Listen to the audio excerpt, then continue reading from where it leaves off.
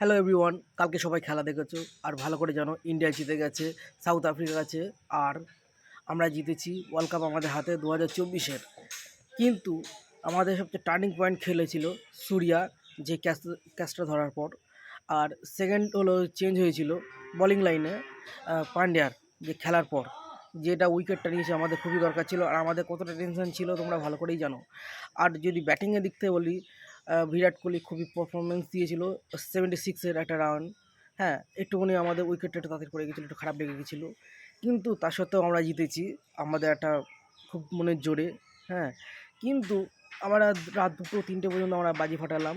ফাটানোর পর দেখি 4টে 4:30 দিকে খুব গোঙানির আওয়াজ আর কান্নার আওয়াজ, মনে হচ্ছে মুখের ভিতরে কে কাপড় গুঁজে দিয়ে কাঁদছে।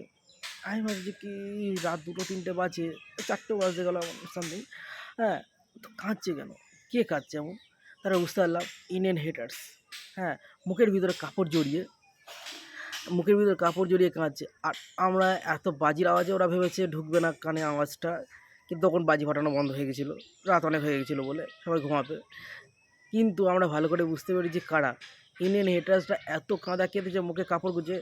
তারপরেও ইন্ডিয়ান বর্ডার ক্রস করে আমাদের কানে সুন্দরভাবে একটা সঙ্গীতের মতো চলে এলো আওয়াজটা। হ্যাঁ, সবাই বলো কেমন লাগলো কালকে খেলাটা? কারণ কি সবাই বেশিরভাগই দেখেছিল 5 CR পর্যন্ত চলে গেছিলো খেলা দেখছিলাম লাস্ট। হ্যাঁ, আর আমাদের টেনশনে তোমরা বুঝতেই পারলে, অনলাইনে আমরা খেলা দেখছিলাম। আর এই এমনিতে সবাই জানো আমরা জিতেছি, আমরা পেরেছি, অ্যান্ড আমরা জিতেছি।